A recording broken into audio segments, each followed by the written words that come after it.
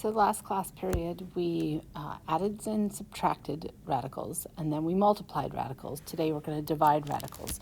And we're going to use the quotient rule that tells us that if we have two radicals that have the same index written as a fraction, that we can write the whole thing underneath the radical symbol and work with it that direction if that helps. So with that in mind, looking at our number 1 problem here, I can put those under the same radical. So I would have 12 over 2. Actually, let's just make that 6. Since we know that that is 6, this right here simplifies to 6. And then we have the square root of 160 over 5. And if we take the square root of 160 over 5, we get 32. So this equals 6 root 32. Now 32 has a perfect square factor in it, so that's going to be 6 times the square root of 16 times 2, which is 6 times 4 square root 2, which equals 24 square root 2. So the thing that we have to keep in mind is that they have to have the same radical, and you can only put things under or put them together if they're both outside the radical or both inside the radical. So for number 2, I've got the 36 over 9. Well, 36 divided by 9 is 4. And then I have the 4th root of 1,250 over 2. Well, that equals 4 times the 4th root of 625. The 4th root of 625 is 5, so this is 4 times 5, which equals 20.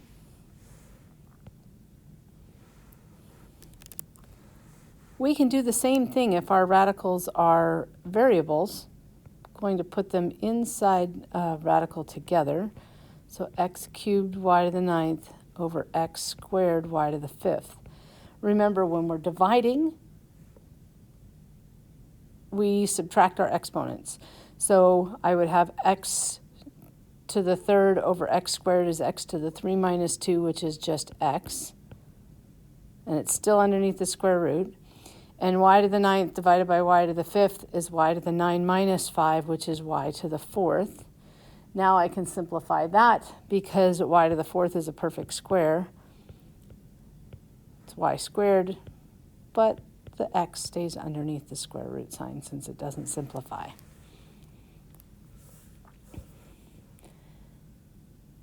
Pause the video for a minute and do number 4 and then start back up and see if you did it correctly.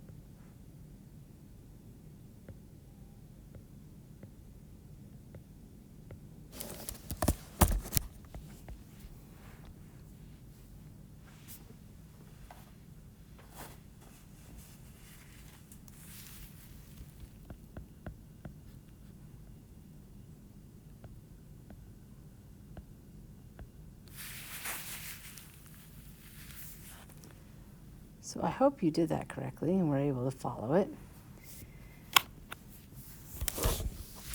Number 5 seems pretty easy. 48 divided by 16 is 3. Square root of 3 doesn't simplify any more than that. So that one's definitely easier to do in the fraction When we look at number 6, 27 doesn't go into 40, so this one's not going to simplify until we write it out separately. So the cube root of 40, perfect cube that goes into 40 is 8. And then the perfect cube that goes into 27 is 3. 3 squared, or 3 cubed is 27. So this is going to equal 2 root 5 over 3. And that does not simplify anymore.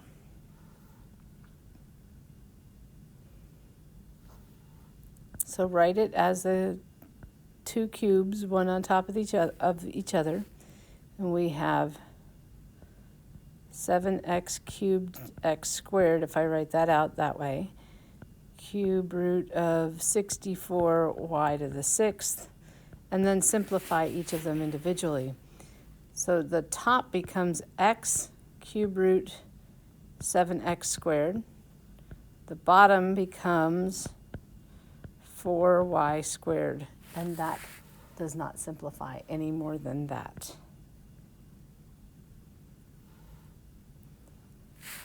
For number 8, again, it doesn't really help us to do 32 over 81, so let's split it up. And we have 4th root, so that's 16 times 2w, and the 4th root of 81.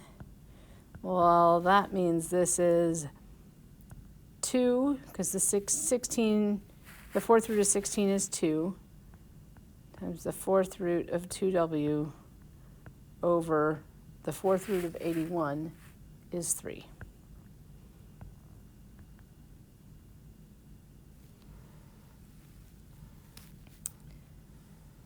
All right, so what happens if we have a square root in the denominator? Well, that's kind of like one of those things like with fractions, that it's just not simplified all the way until you don't have any square roots in the bottom. We saw that with complex numbers. We didn't want I in the bottom of a fraction.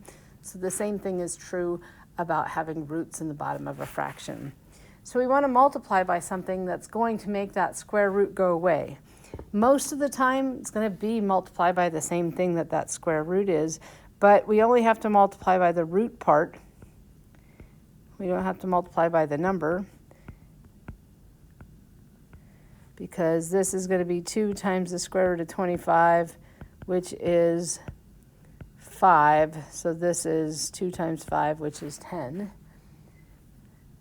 And it's totally okay to have a square root in the top, just not in the bottom. So this one, number 10, I would write this out as the square root of 8 over the square root of 15. Rationalize the denominator by multiplying by the square root of 15. Multiply 8 times 15, so we get the square root of 120 over the square root of 225, which is 15. And then 120 equals 4 times 30. 4 is a perfect square. So this equals 2 square root 30 over 15. And nothing reduces.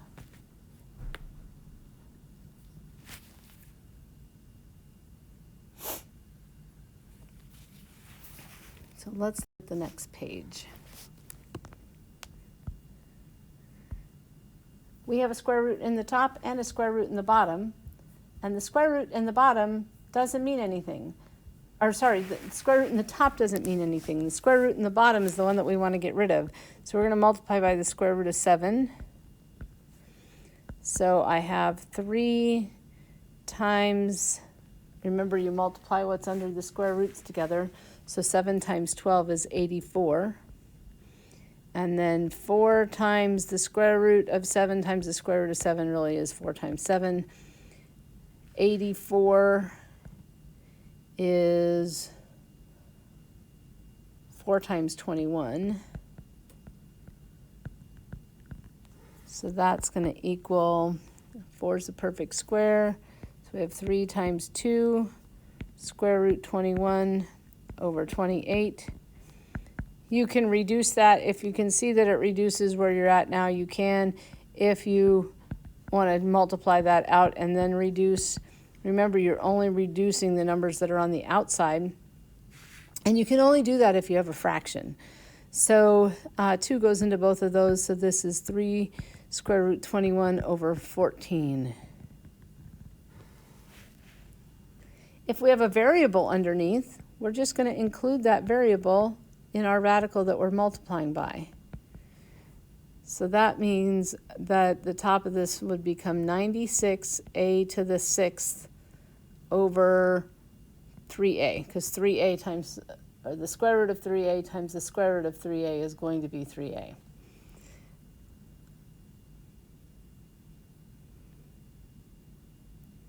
Now, you might have seen that there's different ways to do that. We could have put this together and reduced, simplified our a's here, but I didn't choose to do it that way, mostly because 32 and 3 don't simplify, and this will just give me the opportunity to simplify that at the end.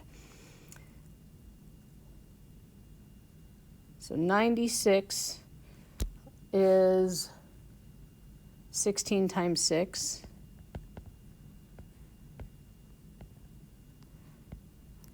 All over 3a. 16 and a to the 6 are perfect squares, so that is 4a to the 3rd square root 6 over 3a. The 4's don't cancel, but the a's do. So remember, that's like subtracting, so this is 3 minus 1, which makes that go away, makes that a 2.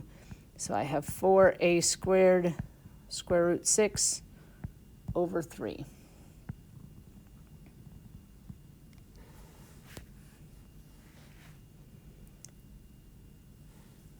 If I have to rationalize the denominator in the top as a binomial, I want to make sure that I put in parentheses.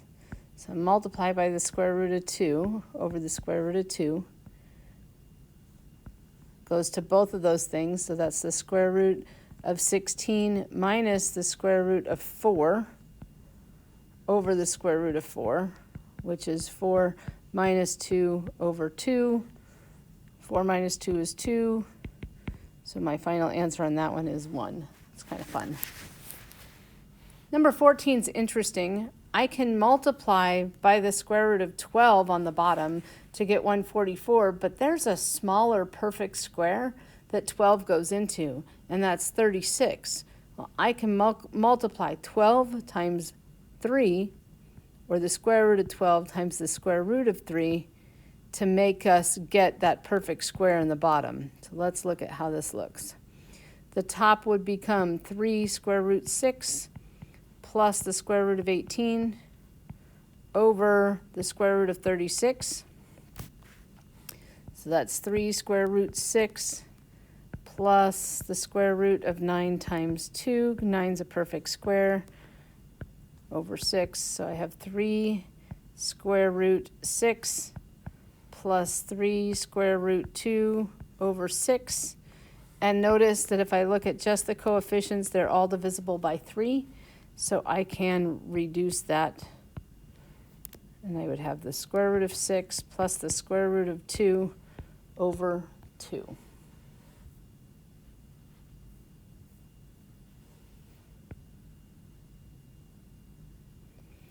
So I'm going to stop this video here, and I will do another video attached on the binomial denominators.